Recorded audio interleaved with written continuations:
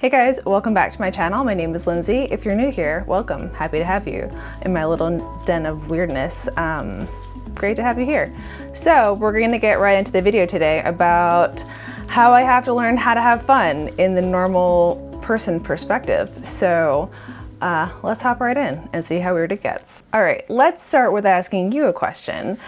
What kind of person are you when no one else is around? What are you spending the majority of your time doing? Do you spend it doing fun things? What is fun to you? Better question is, what is fun?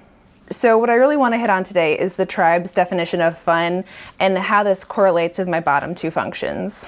So as an INTJ, my bottom two functions are FI, introverted feeling, and SE, extroverted sensing. So if I had to reduce those two functions down to one sentence, it would be something like doing what I like in the moment.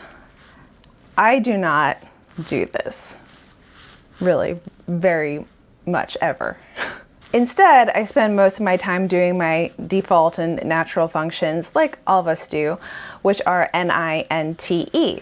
And if I had to reduce those down to a sentence, it would be something like the process of achieving my vision. So because NI and TE are my savior functions, to me, they feel fun. But to a lot of other people, my perspective of fun is very different than what they may see.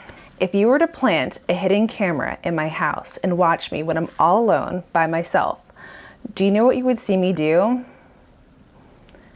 Absolutely nothing that's worth excitement or reporting. Like nothing.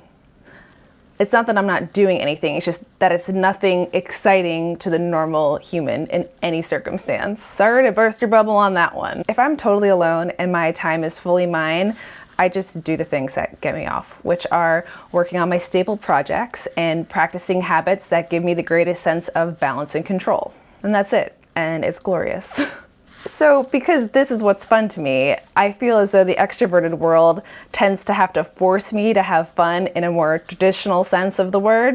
Because left to my own devices, I'm just not fun the way other people see fun. However, you guys know that I am really into this whole self-growth thing, and though I do NI and TE very well because they're just literally programmed into my brain, I still am responsible for my lower two functions, which are FI and SE, as well as just all 8 functions in general. Lindsay, you should just do what you're good at. Just do your savior functions, someone might say. To that, I would say that you're wrong because life requires all 8 functions at some point. Why would you only want to rely on 2 functions and rely on the rest of the world to be good enough to pull off all the other functions in your life to help you with that and to be able to support you in that way? If you think that way, you must have a lot more faith in people than I do, because I want to be responsible for as many of them to the best of my ability as I can. And yes, I will never be good at the other functions as good as I am at my savior functions because they are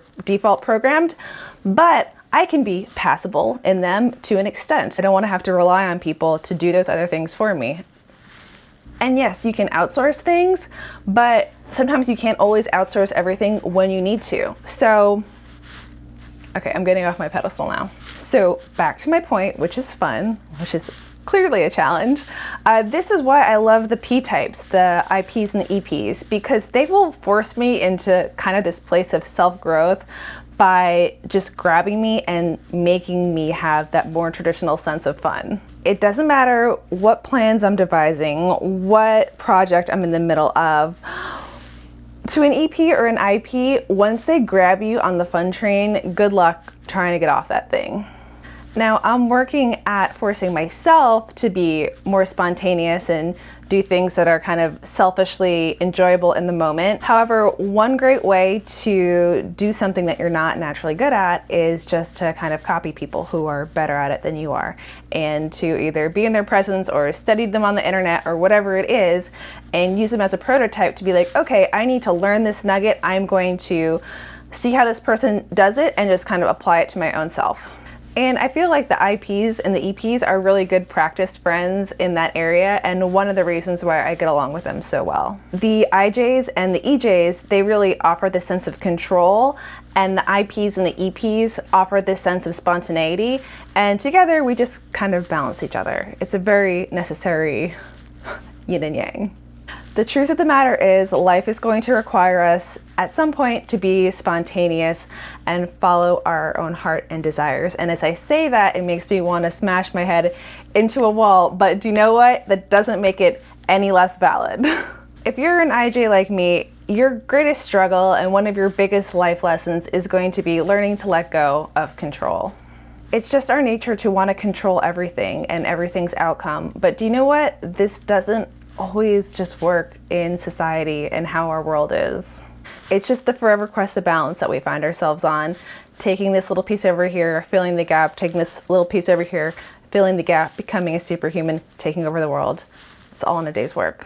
So guys, that's it for this video. If I were to really practice what I preached, I would just be trying to have a spontaneous fun video instead of talking about how to be spontaneous and fun. Oh my gosh. We're working on doing the thing together. If you guys like this video, please like and subscribe. The blog on this subject is linked and listed down below. If you want to hear about what the struggle is of having fun twice, you can read the blog if you want to. I will see you guys in my next video. Hopefully it'll be fun-ish. All right, bye.